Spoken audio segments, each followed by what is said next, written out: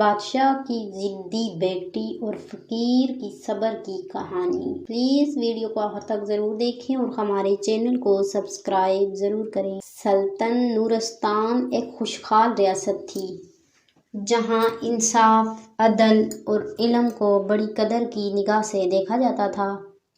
اس سلطنت کے بادشاہ شاہ فہیم الدین نہایت دانا اور نرم دل انسان تھے۔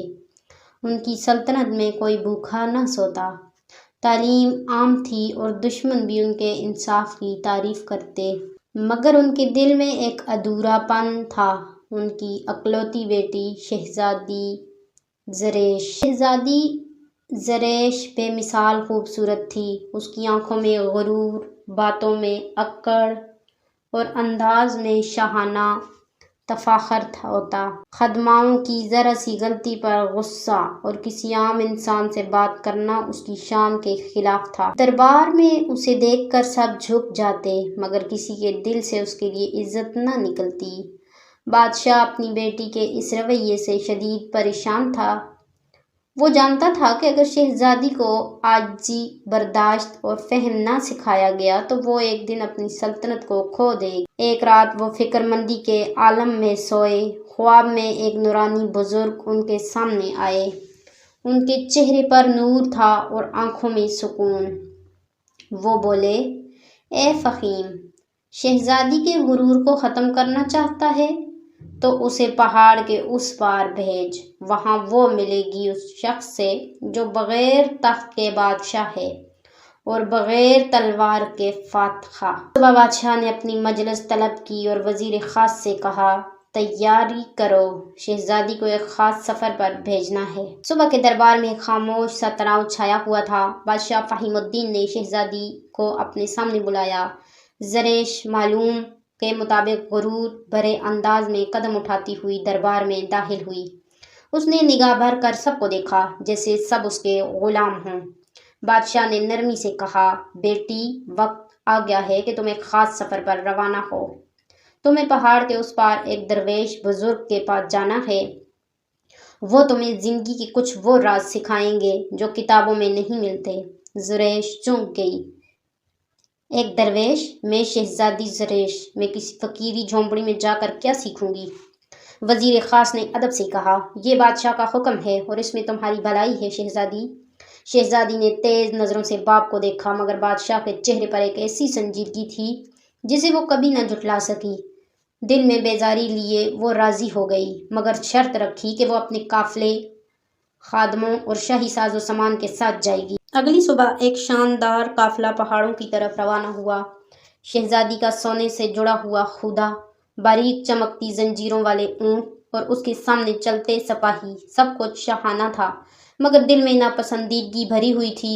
راستے میں وہ کئی گاؤں سے گزری۔ ایک جگہ وہ ایک بچے کو دیکھتی ہے جو اپنی ماں کے ساتھ پرانے کپڑوں میں کھیل رہا تھا، لیکن دونوں کے چہروں پر مسکراہٹ تھی۔ زریش نے حیرت سے کہا، ان کے پاس کچھ بھی نہیں، پھر بھی خوش کیسے ہیں؟ ایک اور جگہ اس نے دیکھا کہ ایک بڑھیا اپنے پوتے کو روٹی کا آخری ٹکڑا کھلا رہی ہے، خود بھوکی رہ کر۔ زریش نے کہا، یہ تو دیوانگی ہے، مگر اس کے دل میں ایک ہلکی سی چبھن ہوئی جو پہلے کبھی نہ تھی۔ آخرکار وہ پہاڑ کے اس پار ایک سنسان وادی میں پہنچی۔ وہاں ایک پرانی مٹی کی بنی جھونپڑی تھی جس کے دروازے پر سفید ریش بزرگ سادہ کپڑوں میں بیٹھے تھے۔ ان کی آنکھوں میں سکون کا سمندر لگتی تھی۔ شہزادی نے اکڑ کر پوچھا، کیا تم وہی ہو جن کے پاس مجھے بھیجا گیا ہے؟